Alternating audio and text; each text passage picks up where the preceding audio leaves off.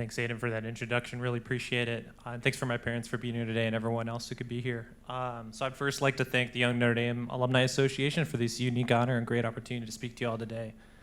So as mentioned, my name is Michael Hillmer. I'm a 2017 computer engineering grad and proud former resident of Alumni Hall. Go Dogs.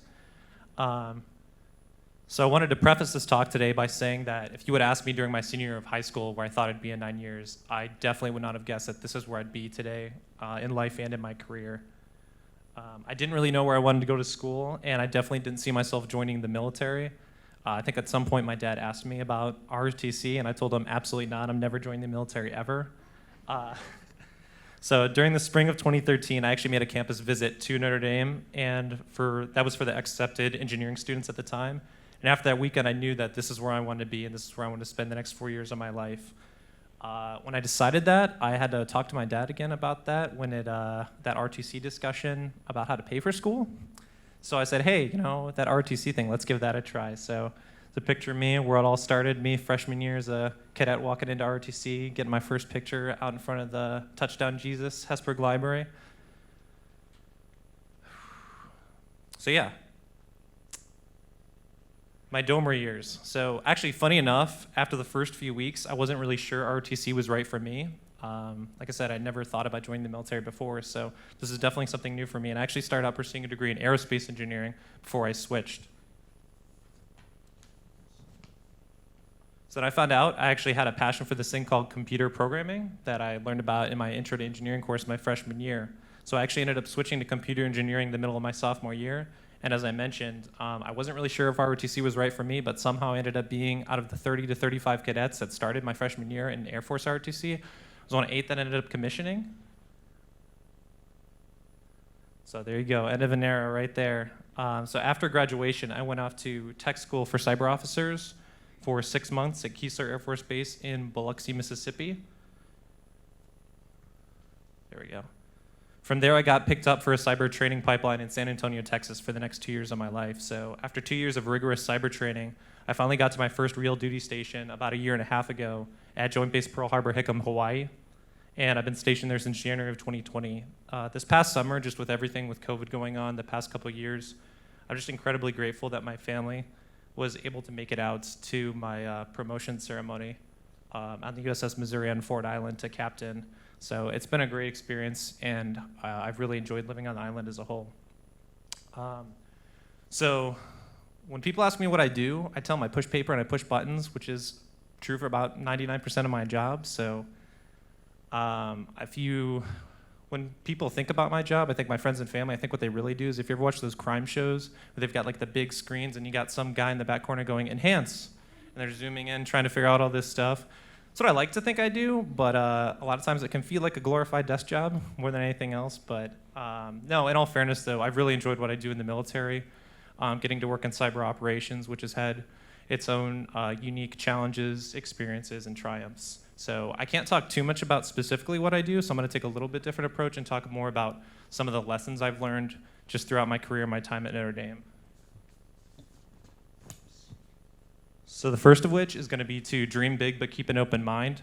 So one of the things I've realized since graduating Notre Dame is that I feel like no one really ever told me that life in your 20s is actually kind of pretty hard. For a lot of people, it's the first time, you're moving out of that nest and trying to be an adult and figure out this thing called life. So everyone I've met at Notre Dame has had this incredible journey, past experiences. They're all gifted and talented. And for a lot, I feel like in your 20s is when you experience some of the first real obstacles and challenges and failures in life. I can definitely speak from personal experience that more times than I can count, things have not worked out the way I'd hoped. However, one thing to remember, I feel like, is that just because one door closes doesn't mean that there's a bunch of other ones still not open still. When challenged with adversity, I just feel like it's important to be resilient and take advantage of every opportunity presented to you, even if it's not the one you were necessarily expecting. So the next thing I want to talk about is remembering your roots and sort of where you came from, those values you grew up with. So when I graduated from Notre Dame, unlike some of my peers, I didn't end up near any of my college friends, and I really didn't know anybody when I moved to Biloxi, Mississippi. On top of that, I noticed that life in the real world can be a lot different when you leave that Catholic Notre Dame bubble. I know that I've certainly struggled, especially with my faith since then. But at certain points of my adulthood, I've definitely felt like I was missing something. on top of that. And when I was in my time in Notre Dame, I spent time playing guitar weekly at Mass and Alumni Hall, spent time doing service with Arnold Air Society, which is a service organization within Air Force ROTC. We did a lot of stuff with like the Wounded Warrior Project and that sort of thing. And then having grown up a swimmer and a runner, I also really missed competing. So I did some soul searching in some of the places I was at that I've been stationed, and everywhere I've been, I've tried to find a local church to get involved. I started getting involved, especially in Hawaii, in various service projects, anywhere from food drives to getting food out to people, especially in the pandemic, that can't easily access grocery stores and that sort of thing, and also rebuilding some local ancient Hawaiian landmarks on the island. And then I also even started playing guitar at the local church on the joint base that I go to every week. And I did try to get sort of into triathlon training before the pandemic.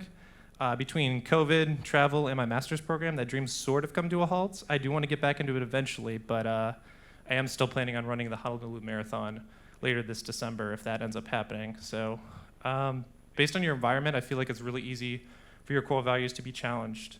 So I want to challenge everyone to remember the roots that they grew up with, not lose sight of yourself as you're presented with the many challenges life has to offer, and then keeping a tight grip on your values, which can help you lead you to the people and opportunities that will help you be the person you want to be, no matter where you end up.